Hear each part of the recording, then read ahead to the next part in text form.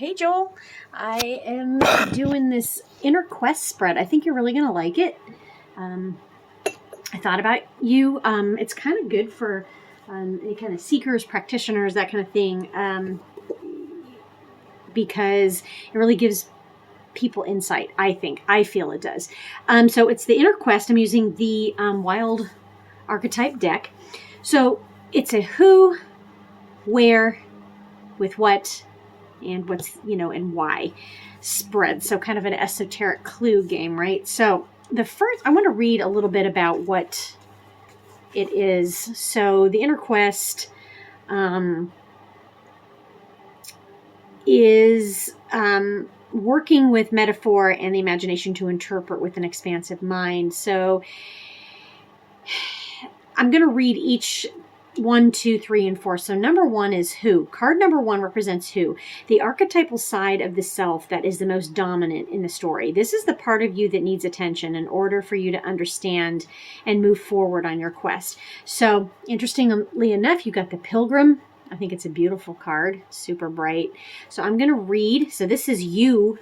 This represents you in this spread. So you've got the Pilgrim, which is also 20. So to me, seems like kind of a powerful number as well. So in numerology, obviously that's, 2 10s in the tarot deck that represents the world.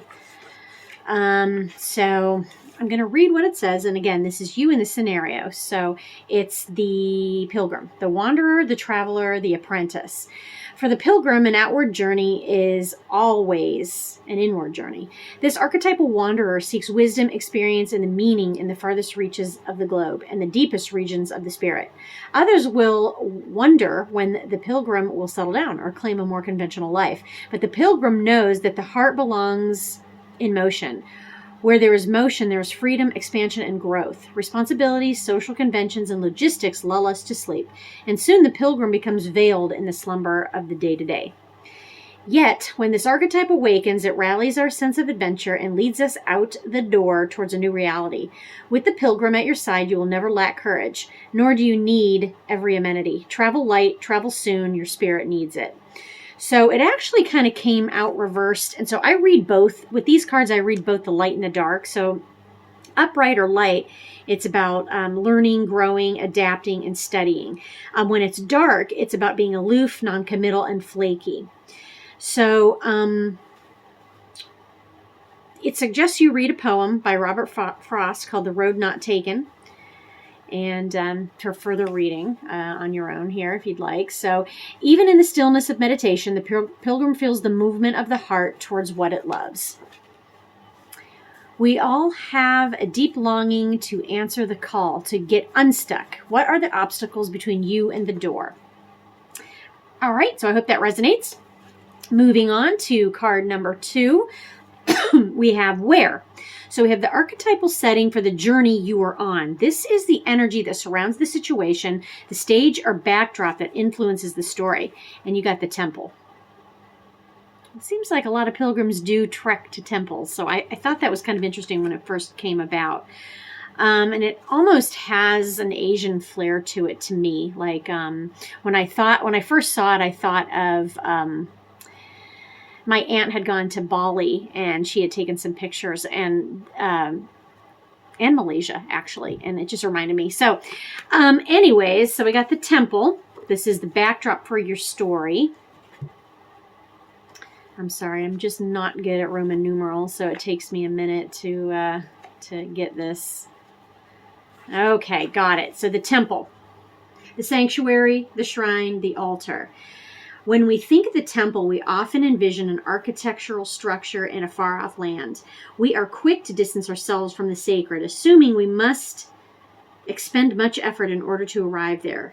Yet, the temple is a universal and omnipresent energy, accessible in the highest and lowest, richest and poorest of places. Visiting the temple might be as simple as stepping into the dappled light of the forest, slowly and sensually kissing a lover, or closing your eyes to travel inward.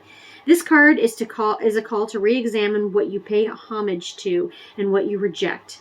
What do you spend your time worshiping? Your phone, money, material goods? What barriers do you draw between yourself and the sacred?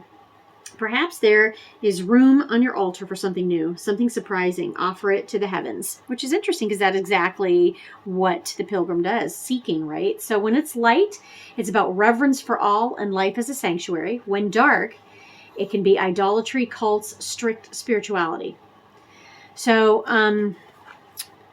the ancient yogis saw the body itself as the temple, every function and feature of it as an expression of divinity. Build a shrine with found materials. Don't spend any money, only time. Though indeed the temple travels with you, this card is interwoven with the pilgrim archetype. Haha. If you've been longing for a spiritual journey, book your tickets. So I don't know if that's what you're thinking about. Obviously, we can't travel too far, but there's a longing. It's crazy that you got the pilgrim in the temple because it does specifically mention this combo. So there's some restlessness. So there's some need here to explore. Of course, this can also be inner exploration, obviously, as well.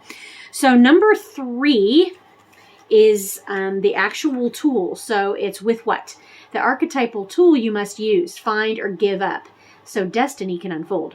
Think of this as the key to the situation, the best tool for the task at hand.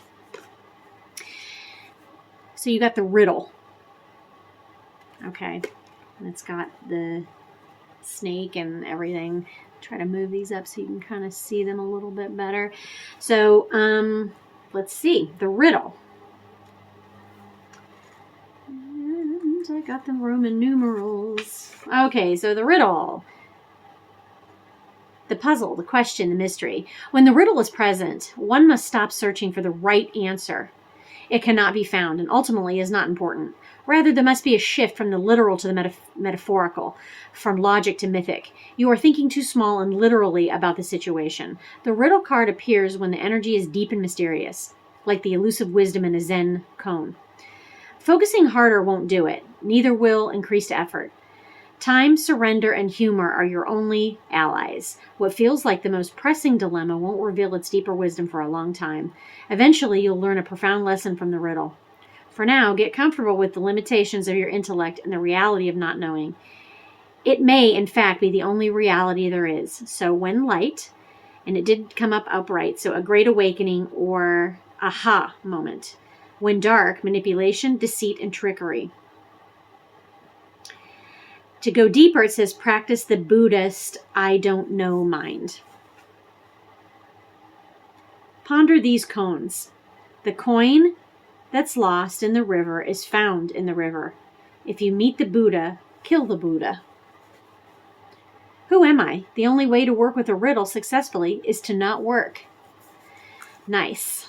Okay, so moving on is the actual why, the deeper purpose of your journey. This is the mythic theme or challenge that you will face as you approach your growth edge. Think of this card as what your entire journey is about. Now, I want to tell you, you got Thanatos, which means death in Greek, I think, or Latin. Anyway, it came out along with another couple other cards, but it was on top and it was turned over. But I decided to put it back in the deck.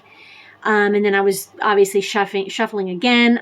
For some reason, the number 4 popped in my head, and this was the 4th card. So either way, this was the card. Because sometimes when things pop up, I'm like, I don't know if that's meant or not. I'm going to put it back. If it pops back up, then it is needed, and it is the message. So Thanatos, death. It is tempting to oversimplify death and sum it up as transformation. But the true archetypal resonance of Thanatos cannot be easily assimilated or contained. Death is ongoing and omnipresent. An eternal response to the gift of birth. Witnessing the ending of another being, creature, phase, or stage has deep consequences for the psyche. We are forever changed by Thanatos as it sweeps under its wings, making us relinquish control in every form. It leaves a mark of ash upon our heart, signifying we have touched the cusp of the underworld and will return to the land of the living eventually, with more compassion, wisdom to share. The capacity is needed in our world. One who has faced the annihilation of Thanatos can face anything. When this card appears, it signifies an initiation into the underworld. So, when light, it's about grieving, mourning, bearing witness to all that is. When it's dark, fear or insensitivity to old age, illness, or dying. Go Deeper, The Mower by Philip Larkin is a poem. It's actually a good poem. I've read that one. So, facing Thanatos or death leads us to Aletheia, which is truth. There are those with a great gift for navigating Thanatos energy. Thankfully, we find these generous souls in emergency rooms, hospitals, hospice centers, and the like. Yes! This reading could not get more personal for you, Joel, seriously. So I hope you enjoyed it. I certainly enjoyed it. I was called to read for you. I thought this is perfect. So let me know what you think. I'm going to upload this to you and you can let me know.